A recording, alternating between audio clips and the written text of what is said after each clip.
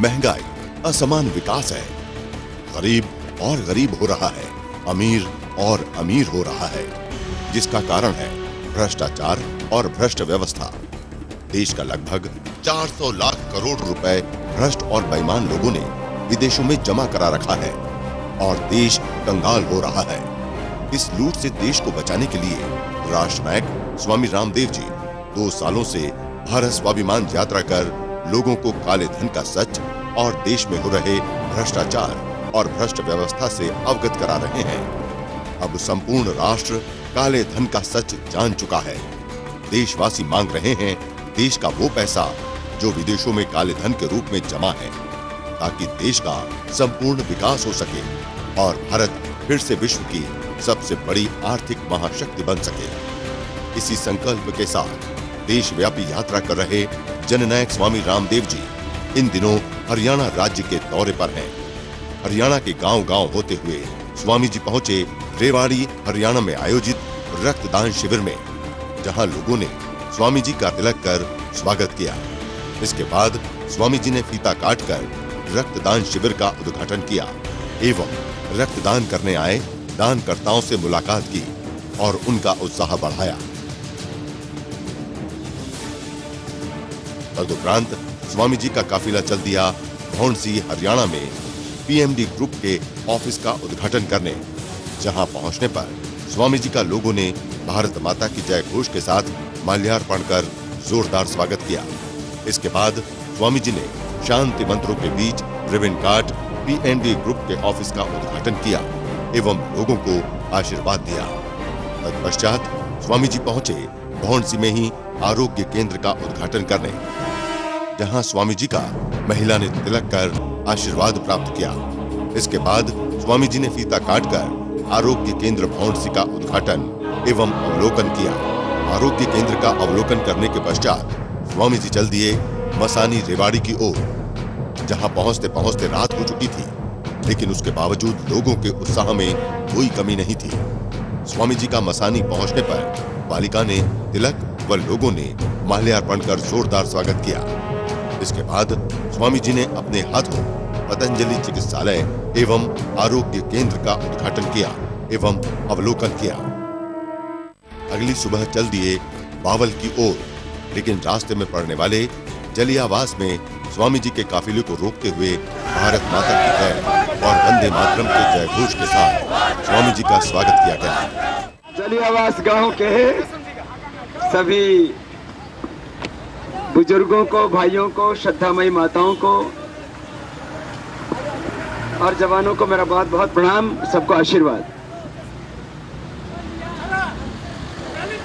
अब ज्यादा कुछ कहने का वक्त नहीं है। 3 जून नजदीक आ रही है, इसलिए योग तो करना ही करना है। देह को तो बचाना ही है, देश को भी बचाना है। और इसके लिए इस काम में एक दिन देश के लिए निकाले। 365 दिन तो अपने लिए जीते ही हैं, पूरी जिंदगी अपने लिए जीते हैं, तो एक दिन देश के लिए निकालें। आप एक दिन रहेंगे, खेत में रहेंगे, नौकरी करेंगे, उससे आपको बहुत बड़ी चीज उपलब्ध नहीं होगी, लेकिन एक दिन आप देश के लिए निकालते हैं, उससे 400 लाख करोड़ रुपए वापस आने का रास्ता खुलता है। तो उस काम के लिए ज्यादा से ज्यादा लोग जंतर मंतर के लिए प्रस्थान करेंगे। और उसमें एक मिस कॉल नंबर है, एक मिस कॉल नंबर सबने नोट किया हुआ है ना, वो आस्था से उस पर एक बार मिस कॉल करके रख देना, तो आपको कंटिन्यूअस पर मैसेज आते रहेंगे कल से, ठीक है। तो आगे सबको बहुत बहुत आशीर्वाद। आप लगे हुए हो, सबको लग करके इस भारत को बदलना है।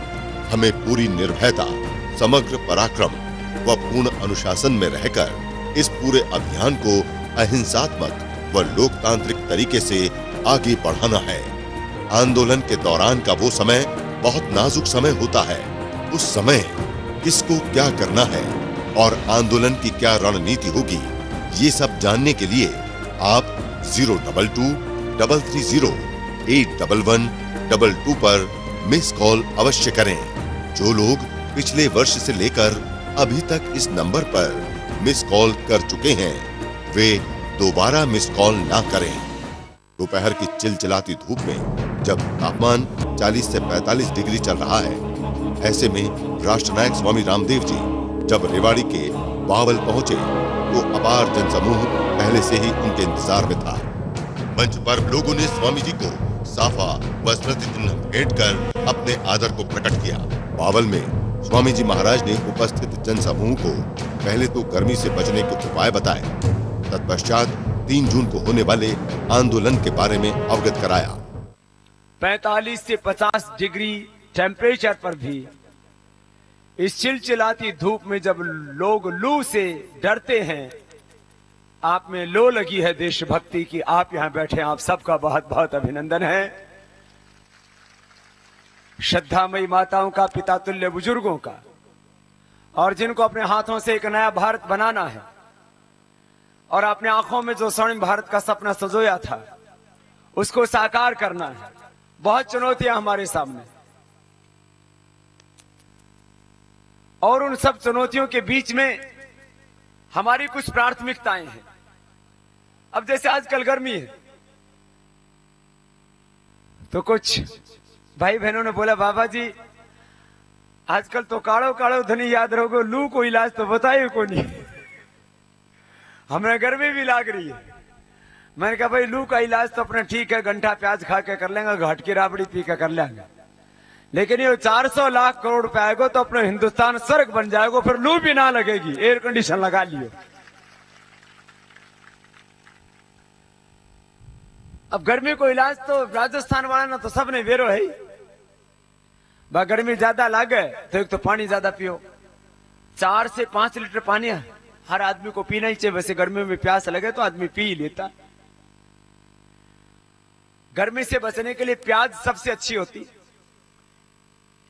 एक प्याज जरूर खानी चाहिए गर्मी में। जो प्याज खाते हो, हमारे जैसे जो नहीं खाते उनके लिए नहीं कह रहा हूं, हमने तो 10-12 साल की उम्र में लहसुन प्याज खाना छोड़ दिया।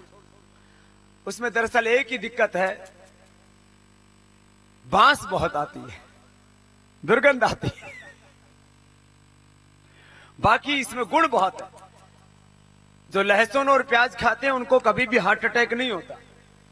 जो लहसुन प्याज खाते हैं उनका कोलेस्ट्रॉल कभी नहीं बढ़ता। जो लहसुन और प्याज ठीक तरीके से खाते हैं उनको जोड़ों में दर्द नहीं होता।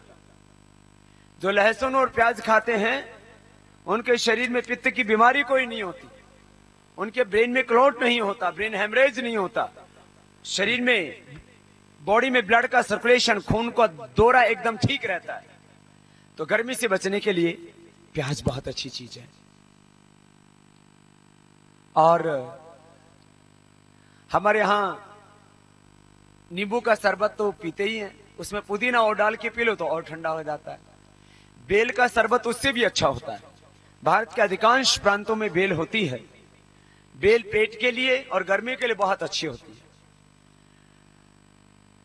आम उत्तर भारत में थोड़ा गर्मी तेज होने के बाद शुरू होता है और फिर थोड़ी बरसात आती है, उस समय लोग आम खाना अच्छा समझते हैं कि उस समय उसकी गर्मी मर जाती है। लेकिन उससे पहले जो कच्चा आम आता है अक्सर उसका लोग अचार बना करके खाते हैं। अचार से शरीर में गर्मी बढ़ती है, धातु रोग होते हैं, उससे शरीर में कमजोरी आती है। अचार कभी भी नहीं खाना चाहिए, और खास करके आम का अचार तो कभी नहीं खाना चाहिए। अचार खाना भी होता है जैसे अपने बड़े बुजुर्ग बनाया करते थे, हरी मिर्च को, नींबू को, टीट को, लिसोड़ा को। ये जो अचार होते हैं ये नुकसान नहीं करते, बल्कि नींबू का अचार थोड़ी मात्रा में लिया जाए, यदि टीट का अचार, कैर का अचार थोड़ी मात्रा में लिया जाए तो वो सेहतमंद ही होता है। हरी मिर्च का अचार जो यहाँ पर डाला जाता है सदियों से बिना किसी प्रिजर्वेटिव के, उसमें राई डाल देते। राई प्रिजर्वेटिव का काम करती है, उसकी सुरक्षा का काम करती है, राई और नमक। तो हरी मिर्च को अचार, लिसोड़ा को अचार, ये शरीर को नुकसान नहीं पहुंचाते, थोड़ा बहुत फायदा ही करते। तो आम का अचार मत खाया करो, आम का पना, कच्चा आम का पना बना के खाया करो। आम के पना के बारे में हरियाणा के लोगों को कम जानकारी है, अब थोड़ी बहुत होने लगी है। कच्चे आम को उबाल करके उसका गुद्दा निकाल लेते हैं, फिर उसमें थोड़ा शक्कर मिला करके और थोड़ा नमक मिला करके उसको पीते हैं, उससे शरीर की गर्मी खत्म हो जाती है। कच्चा आम वैसे गर्मी करता है, और उसको कच्चे आम को पका करके उसका पना बना लेते हैं, आम का पना उसको कहते हैं, तो वो बहुत ठंडा होता है। और पेट के लिए सबसे अच्छा होता है अनार का प्रयोग। हमारे यहाँ कहा जाता है ना, एक अनार 100 बीमार। पेट के लिए अनार से बढ़िया कोई चीज नहीं। खास करके गर्मी में दस्त लग जाते हैं और एक कोलाइटिस की बीमारी होती है, खाते बच्चे टॉयलेट से जाते हैं, या बड़ों को भी बीमारी हो जाती है, इसको आंव संघनी का रोग कहते हैं। इसके लिए तो अनार एक सबसे बढ़िया दवाई है। और अनार हार्ट के लिए बहुत अच्छा होता है और अनार फेफड़े के लिए बहुत अच्छा होता है। जिनको पुरानी खांसी की बीमारी होती है उनको अनार पिला दीजिए। सर्दी में अनार का सेवन करना हो तो उसको थोड़ा सा गर्म कर लीजिए या उसके रस को गर्म करके पिला दीजिए। सर्दी की खांसी जुकाम कितना ही पुराना हो, अनार के सेवन से ठीक हो जाता है। दाढ़ी मासन आसव इसके लिए पिया जाता था पहले, तो दाढ़ी बोलते हैं इसको। खांसी के लिए और हार्ट के लिए और पेट के लिए बहुत अच्छा होता है। और भाई जिस एरिया में मैं बोल रहा हूं, यह हरियाणा का क्षेत्र और राजस्थान का वो गर्मी वाला क्षेत्र, यहां सबसे ज्यादा बढ़िया चीज कोई है तो वह है घाट। जो की राबड़ी, जो को दलियो और जो को आटो, गेहूं में मिला के खाओ। जौ का सेवन गर्मियों में ज्यादा से ज्यादा करना चाहिए। एक तो जौ का जो सेवन साल में 2-3 महीने भी गर्मी के समय कर लेते हैं, उनको जिंदगी में कभी पथरी की बीमारी नहीं होगी। जौ से तो यवक्षार बनता, उससे तो बनी भी पथरी निकल जाती है। तो पहले से जौ खाओगे तो पथरी बनेगी नहीं, कैल्शियम की कमी नहीं होगी शरीर में, और ताकतवर चीज है सबसे। तो जौ का छिलका उतार करके जो घाट बोलते हो आप, तो जौ का दलिया, जौ को आटो और जौ की राबड़ी। हाँ, जौ की राबड़ी खा के तो बागड़ी मस्त रहे एकदम। भुना हुआ चना, चना का भूंगड़ा खाओ तो प्यास लगे, और वहां को सत्तू बनाकर पानी में घोल के पी लो तो गर्मी ने खत्म करे। चना बहुत ताकतवर भी होता है, जौ उससे भी ताकतवर होता है। देखो यूं तो बहुत तरह के अनाज है दुनिया में खाए जाते हैं, ऐसे करीब 100 प्रकार के अनाज हैं, सैकड़ों प्रकार की सब्जियां हैं, सैकड़ों अब तो हजारों प्रकार के फल हो गए हैं।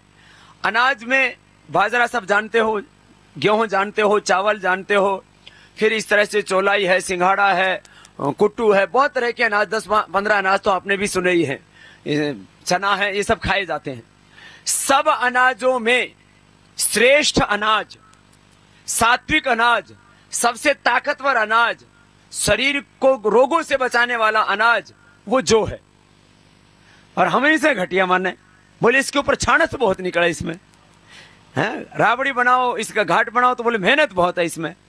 भाई अच्छे काम के लिए तो मेहनत करनी पड़े, कोई भी हो अच्छा काम। वेदों में जब अनाजों का जिक्र आया तो सबसे पहले जौ को नाम आयो। यवाश्चमे, मुद्गाश्चमे, तिलाश्चमे, मासाश्चमे, गोधूमाश्चमे, यज्ञेन कल्पन्ताम। जौ को नाम सबसे पहले आयो। तो सबसे श्रेष्ठ अन्न क्या है? जौ। जो खावे गो, वहां गर्मी को कोई रोग नहीं होगा, गर्मी का कोई रोग नहीं। बहुतों को पेशाब में जलन होती है, बाबा पेशाब में जलन हो, कोई दवाई बता दो। अरे मैंने कहा था, अरे जो घर में और दवाई मैंने पूछो।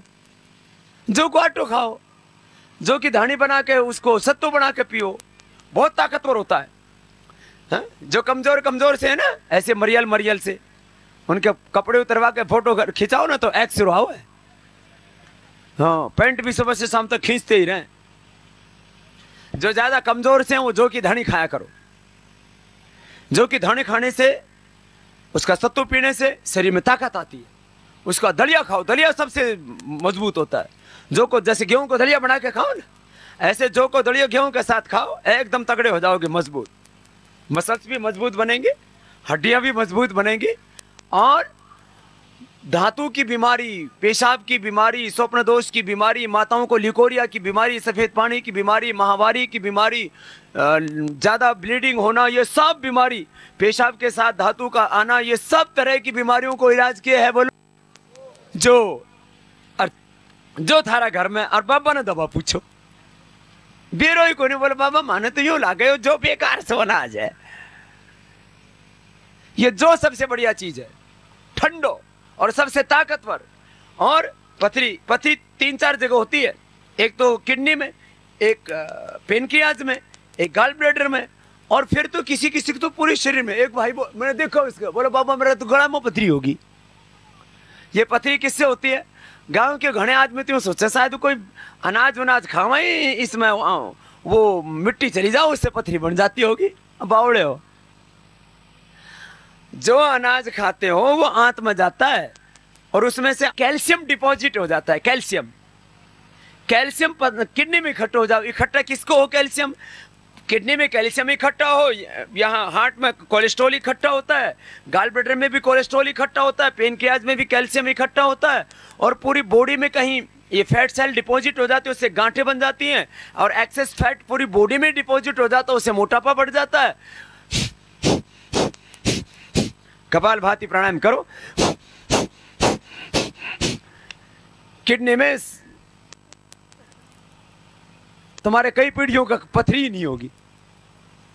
हाँ, ये जेनेटिकली किडनी वीक होती है ना, उनको पथरी होती है। कपालभाति से kidney first class, heart first class, pancreas first class, gall bladder ठीक, पथरी को नामो निशानी नहीं रहेगा।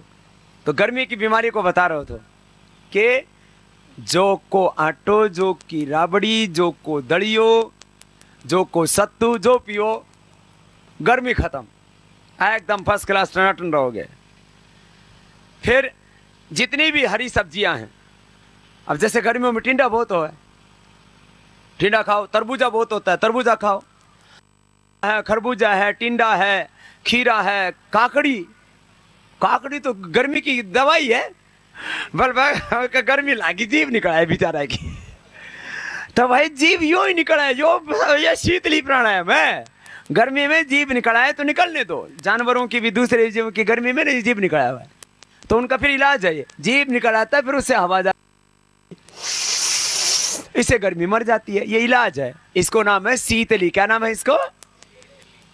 शीतली। फिर शीतकारी है। दांत बंद कर लो, यूं दांत जाड़ बंद कर लिया और सांस अंदर भरो।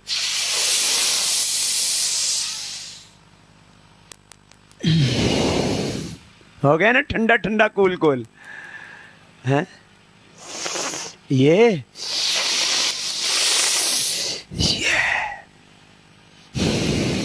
ठंडो ठंडो हो जाए शरीर, ऐसे 10-15 बार कर लो, गर्मी भाग जाएगी।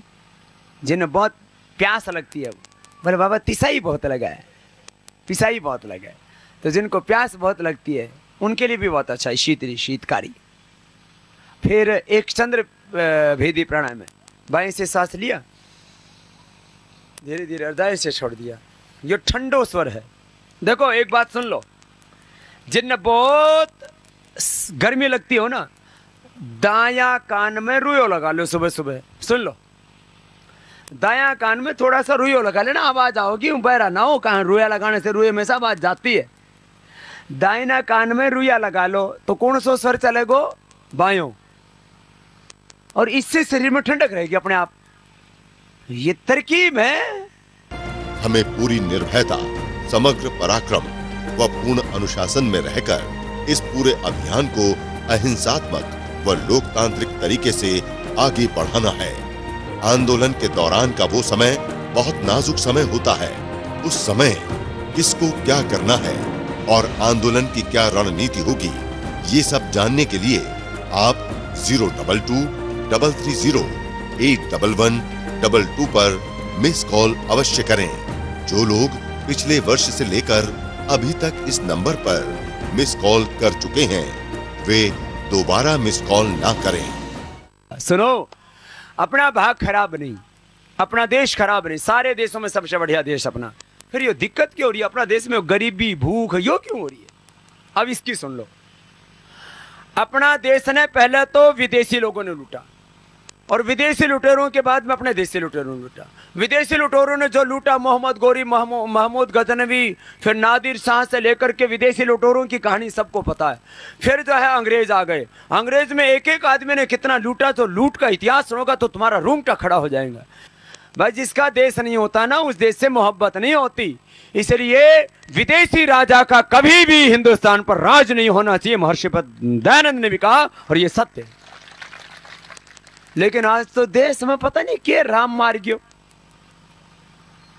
स्वाभिमान खत्म हो गया। जो कोई आता है कहता ठोका, मैं राज करूंगा हिंदुस्तान पे, मैं राज करूंगी हिंदुस्तान पे। तेरा थारा बाप को है हिंदुस्तान है? जिसको जो माँ वो वही कहे मैं राज करूंगी। हाँ? भाई सुनो, अपना देश पहले भी कमजोर नहीं था और आज भी हमारा देश कमजोर नहीं है। India is a not poor country but Indians are poor because of corruption and black money. ये मैं नहीं कह रहा हूं, ये सारी दुनिया के बड़े बड़े लोग और स्विट्जरलैंड वाले कह रहे हैं। स्विस बैंक एसोसिएशन के एक बड़े आदमी का ये बयान है, मैंने अपना कोट नहीं किया है। इसको मतलब क्या है कि भारत गरीब देश नहीं है लेकिन भारतीय गरीब हैं because of corruption and black money, काला धन और भ्रष्टाचार के कारण से। एक दिन घर से बाहर निकलो, देखो आपकी एक दिन की मेहनत इतना रंग लाएगी। माना कि सरकार के पास बहुत ताकत होती है लेकिन लोकतंत्र में सबसे बड़ी शक्ति जनशक्ति होती है, जनता होती है। और जनता जब अपने घरों से बाहर निकल पड़ती है, 3 जून को किधर जाना है? दिल्ली। और दिल्ली में कहा? और जंतर मंतर पर ना पहुंचने दे तो जहां रोके वही जंतर मंतर। अपने को तो विरोधी तो प्रकट करना है, जंतर मंतर पर कौन सो काला धन रखे है, वो तो विरोध करने को एक जगह बना रखी है। तो भाई जंतर मंतर की ओर प्रस्थान कितनी तारीख को? 3 को। और कितने बजे?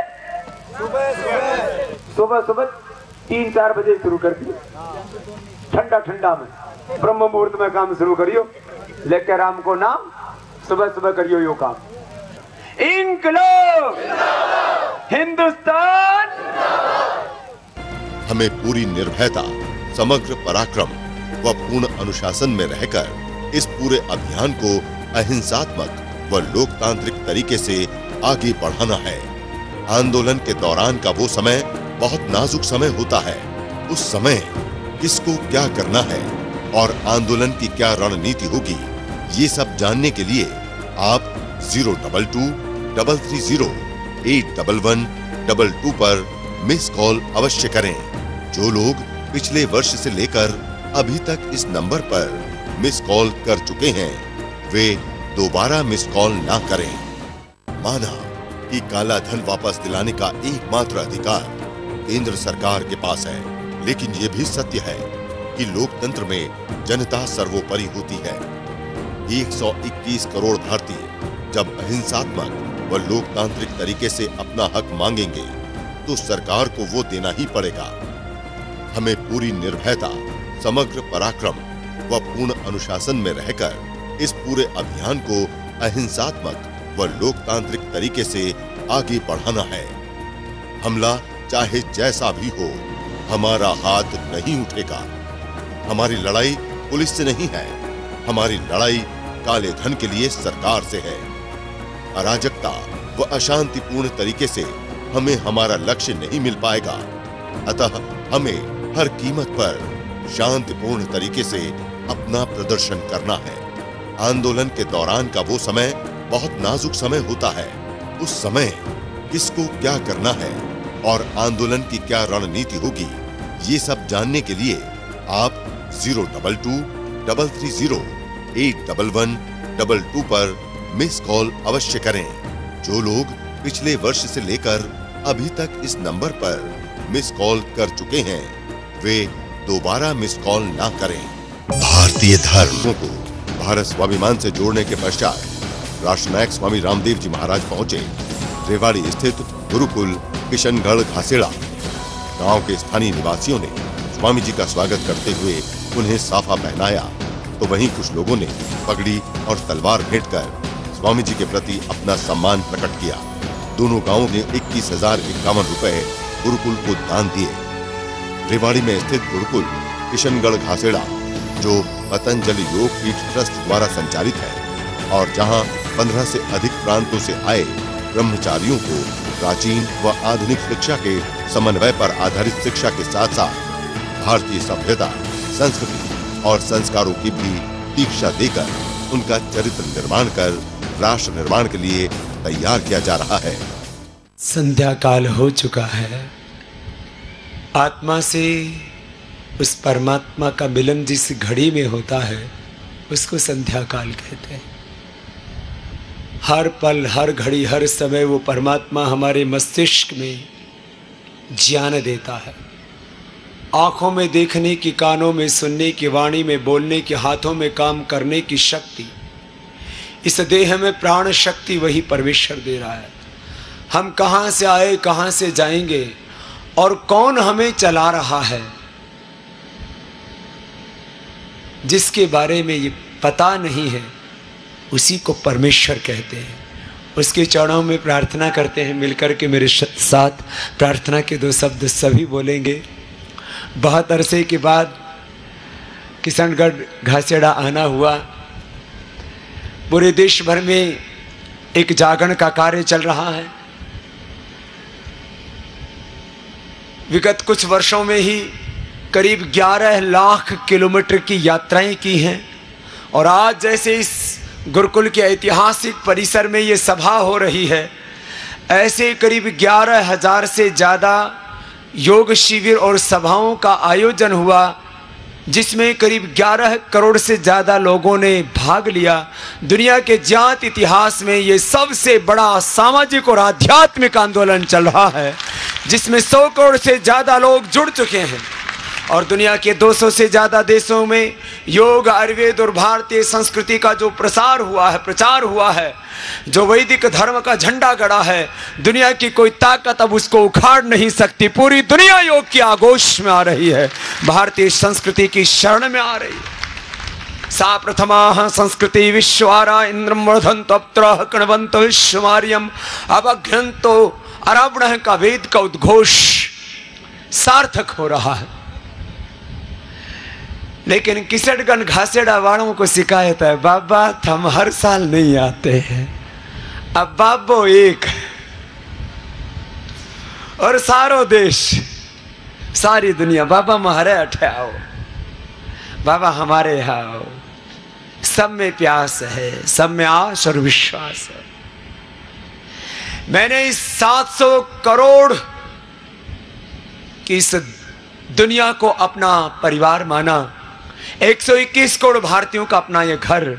जैसे घर का कोई बड़ा बुजुर्ग अपने सब बच्चों को खुशहाल देखना चाहता है, उनकी तरक्की देखना चाहता है, उनके जीवन में खुशियां देखना चाहता है, ऐसे मैं भी संकल्प के साथ जीता हूं 24 घंटा कि मेरे देश का एक भी व्यक्ति भूखा ना सोए, एक भी मेरा देश का व्यक्ति रोगी ना रहे और एक भी मेरा देश का व्यक्ति दरिद्र ना रहे। ऐसा मेरा देश स्वस्थ, समृद्ध, संस्कारवान, परम वैभवशाली बने।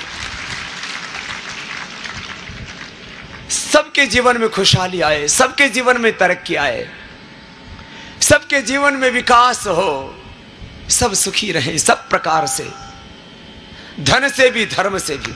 यह तो अभ्युदयनिश्रय स सिद्धि स धर्म। आओ प्रार्थना करते हैं प्रभु चरणों में।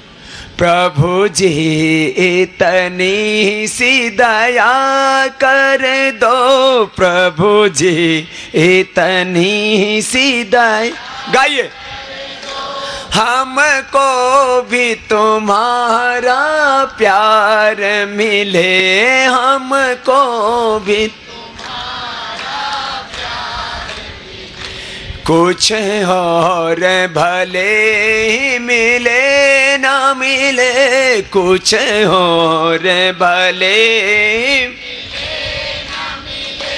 प्रभु दर्शन का अधिकार मिले, प्रभु दर्शन का मानो मंदिर में दातार मिले, मानो मंदिर में दातार मिले। बोलिए सच्चिदानंद भगवान की, मर्यादा पुरुषोत्तम श्याम चंद्र की, योगेश्वर भगवान श्री कृष्ण चंद्र की, महर्षि देव दयानंद की, सब महापुरुषों की, सब वीर वीरांगनाओं की जय। बोलो गौ माता की वंदे जरा हाथ उठा के मुट्ठी बांध के ना पता लगे ना मैं हरियाणा की इस अहिरवाल की शौर्य पराक्रम की धरा पर हूं। वंदे वंदे इंकलाब इंकलाब हिंदुस्तान जिंदाबाद। मां बहन और बेटियां बहुत श्रद्धा भक्ति के साथ आई और जब मन घाघरा वाली माता नो देखो ना तुम्हारी माँ भी याद आ जाओ। थारा माई दिखा है श्रद्धामयी माताओं, पिता तुल्य बुजुर्ग और जिनको अपने हाथों से एक नया भारत बनाना है और जिस स्वर्णिम भारत का सपना हमारे 7 लाख से ज्यादा क्रांतिवीरों ने देखा था और उसके लिए अपनी शहादत अपनी बलिदानी कुर्बानी दी थी, वो स्वर्णिम भारत अपने हाथों से इन जवानों को बनाना है और अपनी आंखों के सामने भारत को परम वैभवशाली देखना है। हमें खाली हम सपने नहीं देखते, हम उन सपनों को हकीकत में बदलते हैं। 2012 एक क्रांति वर्ष है।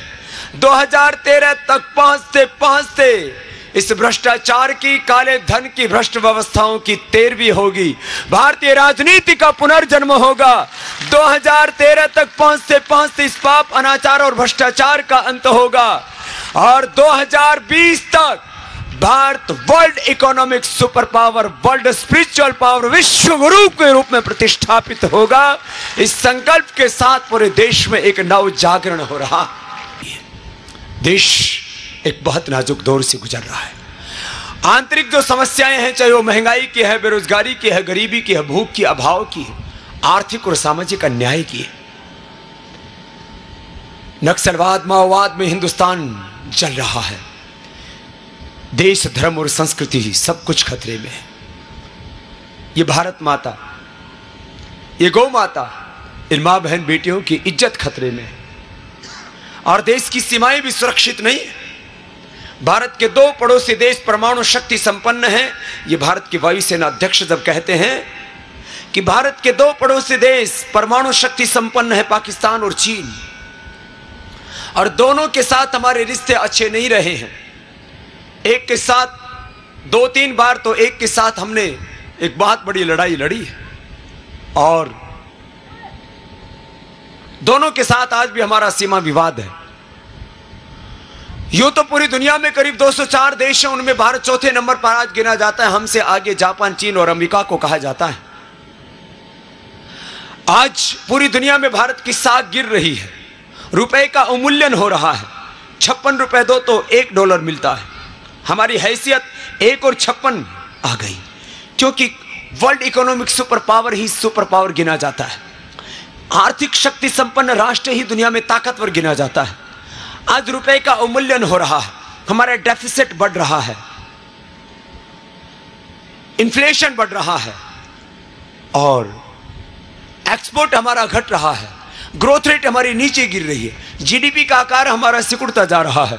देश का करीब 400 लाख करोड़ रुपए लूट लिया कुछ बेईमान लोगों ने। लूट करके कुछ 7 समुंदर पार जमा कर दिया। रावण लुटेरा था, लेकिन उसने सोना लंका में ही लगाया था, लेकिन इन्होंने तो दौलत 7 समुंदर पार जमा कर दी।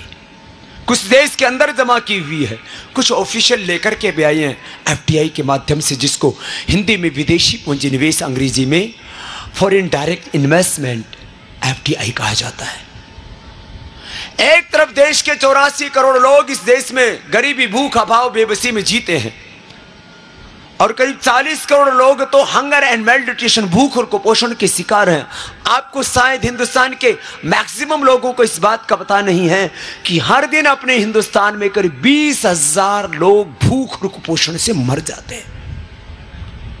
पेट भर खाना नहीं मिलता है। वर्ल्ड हंगर रिपोर्ट के ये आंकड़े मात्र कोई किताबी दस्तावेज नहीं है, ये हिंदुस्तान की बहुत बड़ी हकीकत है। मैं आप मां बहन बेटियों से पूछता हूं, थारी छोरी ना थारा छोरा ना रोटी ना मिलर भूखो सो है, तुम देख सको अपनी आंख से? बोलो माता। बोले बाबा यूं तो ना देख सका, चाहे मैंने मजदूरी करनी पड़े, चाहे सड़क पर पत्थर कूटना पड़े, चाहे कुछ भी करना पड़े, चाहे हमारा गहना बेचना पड़े, जमीन बेचनी पड़े, लेकिन बालकन भूखो तो ना मरने दे। माता बहनों, इस देश में भूख से 20,000 बालक और बुजुर्ग रोज मरते हैं। कितने? 20,000 रोज मरते हैं। अपने देश की हालात बहुत खराब है। पहले देश को विदेशी लुटेरों ने लूटा था, विदेशी लुटेरों ने लूटा। अपने देश के लुटेरों ने करीब 400 लाख करोड़ रुपए लूटा। लोग कहते बाबा इतना लूटो, इसको प्रमाण क्या है? सीधा सा प्रमाण, कुछ दौलत लूट के बाहर जमा है, कुछ नंबर 1 में आई है FDI के माध्यम से। मैं तीनों को छोटी छोटी बात बताता हूं, फिर आगे अपनी बात को बढ़ाता हूं। देश के अंदर इन लुटेरों ने देश के साथ धोखा करके, गद्दारी करके, छल कपट करके, भ्रष्टाचार करके, कोयला बेच के, लोहा सोना चांदी बेच के, देश के जो विकास के लिए हमने टैक्स का पैसा दिया था, उस टैक्स मनी को लूट करके इन्होंने 400 लाख करोड़ रुपए जमा की। उसमें 300 लाख करोड़ रुपए तो सोना में लगा रखा है। लूट के कहीं तो लगाएंगे पैसे को, या तो जमीन में लगाऊंगा या मकान में लगाएंगा, इसको रियल एस्टेट बोलते हैं। या फिर ये बीड़ी सिगरेट शराब के काले धंधे बोलते हैं इनको। फिर ये काला बाजारी में लगाते हैं। आपने देखा ना, चीनी के कभी भाव जाते, कभी तेल के, कभी और किसी चीज के, कभी प्याज के, तो लाखों टन ये इकट्ठा कर लेते हैं। प्याज लाखों टन इकट्ठा कर लेते हैं, सरसों लाखों टन इकट्ठा कर लेते हैं, हजारों लाखों टन चीनी, तो उसको फिर भाव बढ़ा देते हैं स्टॉक करके, फिर आगे भाव बढ़ा देते। तो ये काला धन काला बाजारी में लगा हुआ है। ये नक्सलवाद, माओवाद और आतंकवादी जो हम पर हमला करते हैं, जो उनके रसद खरीदते हैं, गोले बारूद खरीदते हैं, बंदूक खरीदते हैं, वो AK-47 इसी काले धन से खरीदी जाती है। आजादी के बाद 1 लाख से ज्यादा हिंदुस्तानियों की को मौत के घाट उतारे ना आतंकवादी नक्सलवादियों ने, वो सारे इस काले पैसे से हुआ है। और 1 लाख टन सोना इन बेईमान लोगों ने इस काले धन से खरीदा है। 1 तोड़ा सोना आवे 30,000 में। 1 तोड़ो कितने में आवे? 30,000 में। और 100 ग्राम 3 लाख में, और 1 किलो 30 लाख में। 1 लाख टन सोनू खरीदो इन बेईमानों ने। सारा पैसा लूट लूट के सोनू खरीद लियो, सारा पैसा लूट लूट के महंगी महंगी जमीन खरीदी कलकत्ता में, मुंबई में, चेन्नई में, बड़े बड़े शहरों में, तो वहां पैसे लगा देते हैं ये सब लूट के। तो इन बेईमान लोगों ने लूट के पैसा लगा दिया सोना में, जमीन में, मकानों में, और बीड़ी सिगरेट शराब का धंधा में, फिर ये काला बाजारी में, वायदा बाजार में, फिर ये क्रिकेट में। तुमने सुना ना तो कालो धन IPL में, मैं उसकी हकीकत बाद में बताऊंगा। फिर विदेशों में, स्विट्जरलैंड में, अमेरिका में, वहां पूछता नहीं कोई कठा से लेके आया। और ये कोई भी थारा बालक थोड़ा बहुत पढ़ा लिखा हो ना, तो उससे पूछना, कंप्यूटर में से निकाल देगा। एक लिस्ट है ये, इसमें 20 लाख करोड़ रुपए हिंदुस्तान में लेके आ गए। कितना?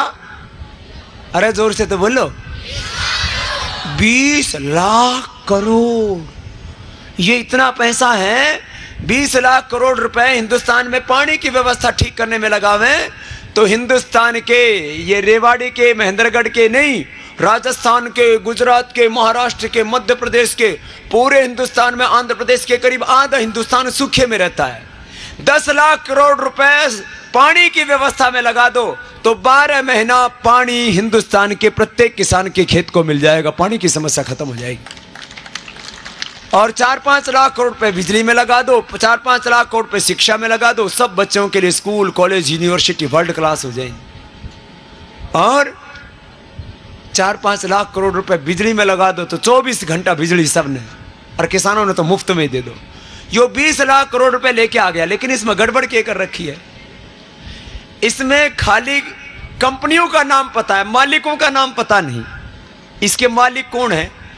अब थारे पास में यदि 20 लाख रुपए मिल जाओ थारे घर में, तो गवर्नमेंट तुरंत छापा मारेगी, इनकम टैक्स वाला, और पूछेंगे यो बता कहां से लेके आया। और नहीं बता पाओगा तो 20 लाख तो लेगी, ऊपर से उस पर 3 गुना पेनल्टी और ठोकेगी। 60 लाख रुपए लेगी। बोले तुमने कहां से लाए हो बताओ? हमसे तो जब्त कर ले 20 लाख रुपए मिलते ही, और 3 गुना पेनल्टी ठोक दे, और जेल में ठोक दे जिंदगी भर के लिए, कोई भी केस लगा के बड़ोसो, और अपने आप 20 लाख करोड़ रुपए लिया है बेईमान, नाम नहीं बताते। तो हम इतना ही कह रहे हैं कि भाई वो नाम बताना पड़ेगा, नहीं तो हिंदुस्तान का कानून बदलो। 2 कानून हिंदुस्तान में लागू नहीं हो सकते। ये देश हम 121 करोड़ भारतीयों का है और हम सब मिलकर के इसको बचाएंगे। ये संकल्प आप सब लेकर के जाएंगे। बोले बाबा करनू क्या है वो बता दे, वो सुन लो। अब 3 जून नजदीक आ रही है, तो भाई मैं तो 365 दिन इस देश के लोगों की भलाई के लिए, तरक्की के लिए, खुशहाली के, कि मेरे देश में एक भी गरीब ना रहे, सब धनवान हो, उसके लिए घूमता हूं। जब मैं 365 दिन लू चाले, चाहे सर्दी हो, गर्मी हो, आंधी हो, तूफान हो, 365 दिन घूमूं, तो एक दिन तुम देश के लिए घर से बाहर नहीं निकल सकते क्या? बोलो, निकल सकते हैं ना। और एक दिन घर में रहोगा तो के भाई क्या मिल जाएगा? एक दिन घर में रह के वही चूल्हा चौका, वही खेत को काम और वही मेहनत मजदूरी को काम। सुन लो जरा, एक दिन को मेहनतानों कितना मिल सका आम आदमी ने? 100, 500, 1000 रुपए, इससे ज्यादा तो ना कमाओगा। एक दिन घर में रहोगे, या तो पड़े पड़े भीतर सड़ोगे, या थोड़ा बहुत काम करोगे तो 100, 200, 500, 1000 रुपए कमाओगे। और यदि 3 जून को दिल्ली की ओर कूच करोगे तो 400 लाख करोड़ रुपए वापस आने का रास्ता खुलेगा। हिंदुस्तान को आर्थिक और सामाजिक न्याय मिलेगा। यो इतना बड़ो काम है, यो हो जाएगा ना तो माताओं बहनों, थारी बढ़िया बढ़िया साड़ी आवेगी, बढ़िया बढ़िया लहंगो खरीद लियो, और वह मैं चाहे सोना को और चांदी को गोटो लगवा लियो, इतना पैसा आ जाएगा। सच्ची बात कह रहा हूं, एकदम महंगाई आधी हो जाएगी काला धन आने से। और ये किसानों को न पानी की, न बिजली की समस्या, न जवानों को, बच्चों को न कोई पढ़ाई की, न कोई नौकरी की समस्या। हिंदुस्तान में तो इतना धन हो जाएगा, कोई निर्धन रहने को मतलब ही नहीं। तो 3 जून को किधर कूच करना है और कहां आना है? जंतर मंतर। और जंतर मंतर पर ना मिले, ना पहुंचने को मिले तो जहां रोक ले वहीं रुक जाना, और पुलिस गिरफ्तार करे तो करने दो। ये तो सौभाग्य की बात है। ठीक है, उनका बोले भाई ठीक है, रोटी और खिला दो, गिरफ्तार कर लिया तो है? और छोड़ो तब अपने घर आ जाइयो। एक दिन तो निकलना है। पुलिस के साथ मारपीट करने से कोई फायदा नहीं है? पुलिस के साथ मारपीट करने को फायदा क्यों नहीं? क्योंकि पुलिस के पास काला धन थोड़ी है। काला धन वाला तो ऊपर बैठा है बेईमान। तो उनको बताना है कि अब 121 करोड़ भारतीय जाग चुके हैं, और लोकतंत्र में माना कि सरकार के पास बहुत ताकत होती है, लेकिन लोकतंत्र में जनता की सबसे बड़ी ताकत होती है, और जो जनता चाहेगी वो हिंदुस्तान में होगा। यूं काम करना है। तो एक दिन के लिए तो यह आह्वान। अब उस समय बड़ा क्रूशियल टाइम होता है, बहुत बड़ी लड़ाई है, पूरा हिंदुस्तान लूट के बैठे हैं और पूरी दुनिया के लुटेरों से इनकी सांठगांठ है। 3,000 लाख करोड़ रुपए की पूरी दुनिया में काले धन के अर्थव्यवस्था चलती है। भारत कोई कम थोड़ी है ये काला धन। हमने तो पूरी दुनिया से अब टक्कर ले रखे, पूरी दुनिया के बेईमानों से। अब इस काम में सुन लो भाई, मामला बहुत जबरदस्त है। तो इसमें आपको सूचना कैसी रहेगी कि कब क्या करना है, रणनीति क्या रहेगी? अखबार तो 24 घंटा में एक बार आवे, और जब आंदोलन करोगा तो सड़कों पर होगा, कोई कहीं रहेगा, तो फिर बेरो कैसे पाटेगु कब की करना? तो एक मोबाइल नंबर है 02233081122। ये आस्था चैनल पर भी आता है, संस्कार पर भी नंबर आता है, इसको लिख लेना 02233081122। और एक साथ सबके सब ना करे, जब मौका लगे तब एक बार ये नंबर डायल कर लेना। एक बार घंटी जाएगी, फिर मिस कॉल आपकी एक्सेप्ट हो जाएगी, उसके बाद आपको मैसेज आते रहेंगे कि आगे की रणनीति क्या होगी। और भाई आगे अभी तो बहुत लंबी लड़ाई है। तो एक तो मैं सबसे एक बात ये कहूंगा भाई, अब इस लड़ाई में साथ दोगा ना तो हिंदुस्तान का एक नया इतिहास लिखा जाएगा, और इतिहास में आपका नाम भी अमर होगा, और हमारे आने वाली पीढ़ियां, हमारी औलादें सदा सदा के लिए, हमारी नस्लें सुखी हो जाएंगी। इतना बड़ा काम है। और जहाँ तक गुरुकुल की बात है, भाई इस गुरुकुल में